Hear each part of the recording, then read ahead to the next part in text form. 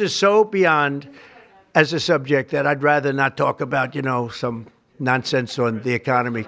And I will say this, the economy is unbelievable. The stock market just hit another record high and all that stuff. This means more to me. Yeah, please. Mr. President, I have one on your announcement, one on vaccines that's also related. Yes. Why do you think we haven't heard more previously about the tie to autism in acetaminophen? Nobody knows. I don't know. Not only that, when you say it, you get attacked. I was saying something similar, not as strongly, because now facts are on our side. But I was saying it with Bobby 20 years ago, and I was attacked. I said, whoa, what was that all about? I had no idea. You get attacked. I don't know. The medical community, the drug companies, doctors. I don't know what it is. All I want to do, I don't care. I don't care about being attacked. It doesn't matter to me. I believe that the numbers at the end of our term or shortly thereafter could be really phenomenal. I want it to go up, just like it came down to this horrible level. 1 in 10, 1 in 12. I was told 1 in 10. I was told 1 in 12. Today I heard 1 in 31 if you add the girls and the boys together. It's crazy. And it was 1 in 10,000 and 1 in 20,000. It's not even sustainable for a country. You want to know the truth. And there are other places that don't have it. And they have things in common. And that's called medical research. Yeah, please. Mr. President, I'm curious as you look at the trend lines, yeah, how much of this is the causation of acetaminophen and how much is sort of better diagnosis, doctors, researchers having a better understanding of what is on the autism spectrum? Do you want to do that? Sure, go ahead. That's one of the canards that has been promoted by the industry for many years, that it's changed diagnostic criteria, better recognition. But there's been study after study done of that completely debunks that. One of them by the Mind Institute at UC Davis, University of California. But also it's just common sense, because you're only seeing this in people who are under 50 years of age. If it were better recognition or diagnosis, you'd see it in 70-year-old men. I've never seen this happening in people my age. I've never seen a case of full-blown autism, and that means profound autism. I want to be very careful.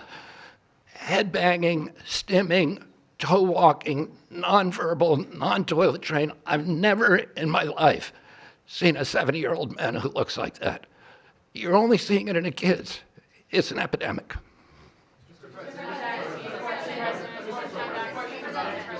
President, I was hoping that you could clear up confusion for moms and dads across America, many of whom voted for you. There's a statement that was put out by the American College of Obstetricians and Gynecologists, and in their statement, they write, acetaminophen remains a safe, trusted option for pain relief during pregnancy, and that's at odds with what you said and with what many of the experts say. How do you... It's the establishment. That's the establishment. They're funded by lots of different groups. And you know what? Maybe they're right. I don't think they are, because I don't think the facts bear it out at all. They're fighting for something that, in my opinion, they shouldn't be fighting for. But here's the thing. There's no downside to doing, other than a mother will have to, as I say, tough it out a little bit. There's no downside to doing this. It's not like, oh, if you do this, you're going to die. There's no downside. There's no downside to going over a 4-year or a 5-year period or a 3-year period, or even if you space them out for 6 months, you space it out. There's no downside.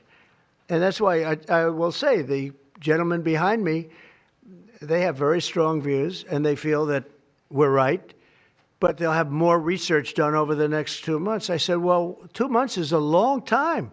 A lot of people could be saved, and there's no downside to doing it. Everything I said, there's no downside to doing it. It can only be good. And I think you're going to see very good results. That's establishment stuff, and we've been reading that about a lot of things for years. And you know what's happened? We've gone from 1 in 20,000 to 1 in 10,000 to 1 in 32 to 1 in 10. Think of it. 1 in 10 or 12 or 1 in 31. Think of it. 1 in 31 people, young kids, get autism? What is it, Jeff? My question is about leucovorin. You mentioned that as part of your plan. That is also a chemotherapy treatment. Have you been in touch with the drug companies to Why don't increase I have the production doctor about answer that? that? And just, I'm going to throw in my follow-up at the same time. Dr. Oz mentioned that this will be available with CHIP, children who are on CHIP. But the big beautiful bill reduced funding for CHIP and Medicaid by $1 trillion over the next 10 years. Are you concerned that that will impact your ability to get this drug out? I'll explain it to you in a second, but please go ahead. Thank you. Thank you. Leucovorin is not a chemotherapy, but it is a vitamin given with chemotherapy sometimes. And the idea here is that the folic acid receptor in the brain is blocked by some antibody response. It might be 20, 40, 50% of kids with autism. And leucovorin will bypass that blocked receptor. And that's why so many doctors are probably seeing so much clinical improvement on kids with leucovorin. So are you going to increase production? Yeah, we've been in touch with the companies, and they are prepared to ramp up production, and we actually talked to them about a month ago.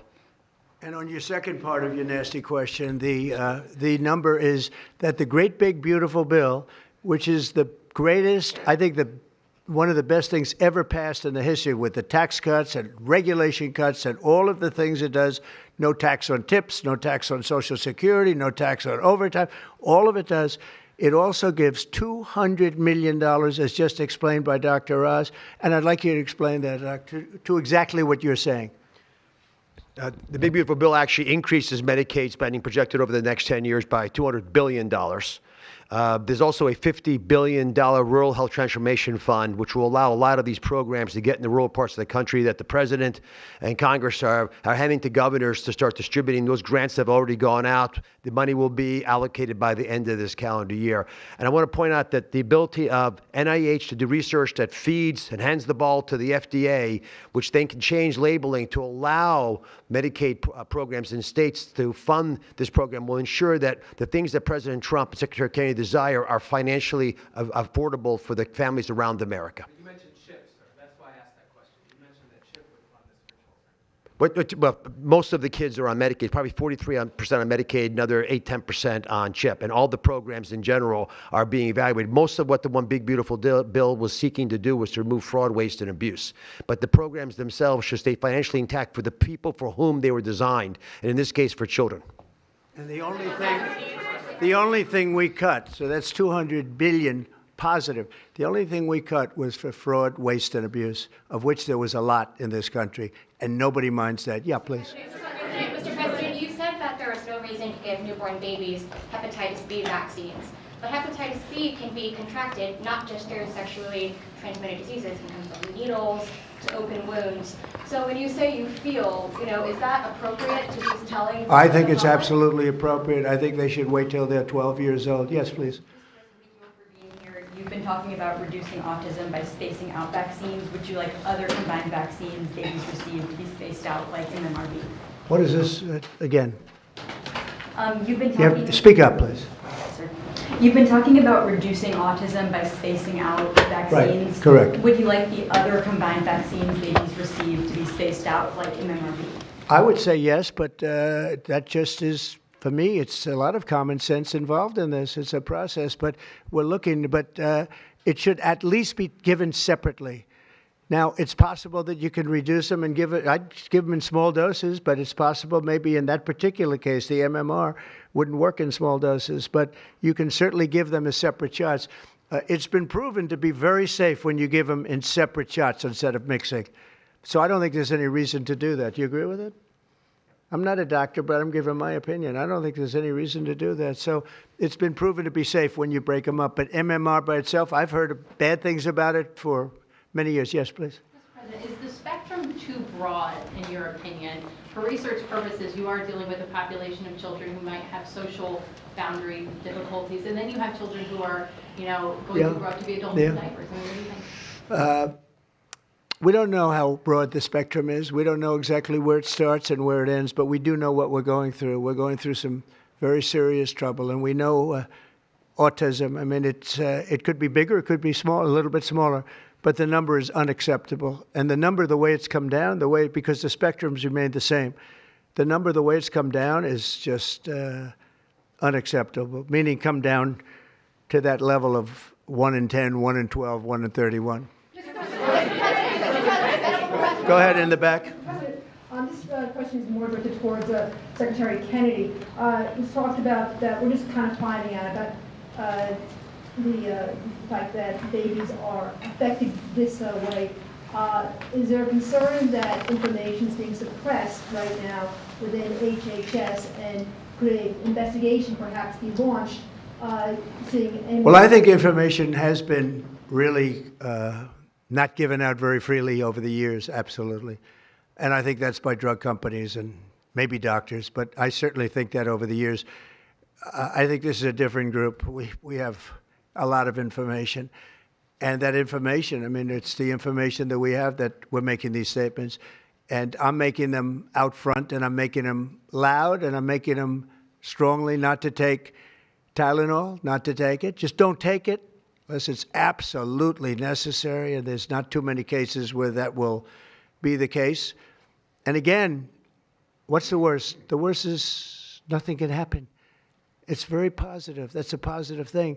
But I don't believe I don't actually believe that's possible. I think the results are going to be amazing. I want to see amazing results by the time I leave this beautiful building. And I will consider this, I believe, you know, with the wars, I've stopped 7 different wars. I've saved millions of lives. I've done a lot of things. This will be as important as any single thing I've done, because I know ladies, beautiful ladies just like this that are going through the same thing. And it's not easy, and I admire you for being able to do it. But I admire him, too. I wish I had a face that looked like that. If I looked like him, I would have been president a long time ago. Is widely used in other countries, too. As you make this announcement, do you expect your decision may affect I hope other they follow it, countries? yeah. I hope they follow it. Yeah, other countries are, you know, sell Tylenol. Some countries don't. I mean, I hear Cuba, now, again, you'll have to check this out, but I hear Cuba doesn't have it because it's very expensive, and they don't have the money to have it, or they don't want to spend the money to have it. They don't have Tylenol, and I hear they have essentially no autism. So you'll have to check it out. Yeah, Brian, please. Medical professionals have warned No, for I said, no, decades. not you. You're CNN, you're fake news. Go ahead, Brian. I want to go back to the Amish community, if I can, just for a second. I recently saw a man from Minnesota, an Amish man from Right. Minnesota, on a podcast, and the host asked him what the rates were for like ADHD and autism, and he had no idea about ADHD, didn't know it existed, and certainly didn't know of any cases. It doesn't exist with the Amish community, and they don't take all of this junk. It doesn't exist. That tells you, doesn't that tell you? That's like, you know, that's like certain countries where it doesn't exist and they don't take it. Would you like to make a comment about that, Mark? The Amish population, a very mixed group. So there's a subset that take vaccines, a subset that does not. And we know they have very low rates of chronic disease all across the board. Please. Thank you, Mr. President. Should the establishment media show at least some openness to, you know, trying to figure out what the causes of autism I wish they are? would, yeah. And why are they so closed-minded? Well, they just, look, it's not only the media, in all fairness, it's some people. When you talk about vaccines, they go crazy. And, you know, I'm a big supporter of vaccines. I got a certain vaccine approved in 9 months that would have taken from 5 to 12 years. I'm very proud of it. A lot of people think it was one of the greatest things I've done, and some people think, mostly Republicans, actually. I'll tell you, the Democrats think it was, they think Operation Warp Speed was one of the greatest things any president has done, any president. It's, you know, we're very proud of what happened. We got hit with something that came from a place that shouldn't have happened, but it did happen. You know, those things take place, and you're very unpleasantly surprised. But no, I'm a big believer in vaccines, the polio vaccine, big believer in vaccines. I know Bobby and you guys have it out a little bit, but he's a believer in vaccines too. But I've seen how great vaccines can be, how incredible they can be. So I'm a believer. Yeah. Yeah, please. Your comments you made about MMR and hepatitis B, I know Right. you said those were your suggestions, but have you spoken with Secretary Kennedy about actually making those changes? I have, yeah, I have. I've spoken to all the doctors about it, and doctors that are not here right now. I've spoken to many doctors about everything we're talking about. And, you know, the Tylenol has started to be spoken of over the last period of time, but we've been doing the research. A lot of what they've been speaking about comes from right here, by research done by these people.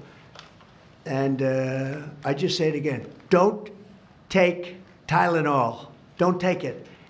And don't give it to your child after your child is born. And do all those other things, little things, just spread out your visits, et cetera, on the vaccine. And I want to thank everybody. This is a very important day. Thank you very much.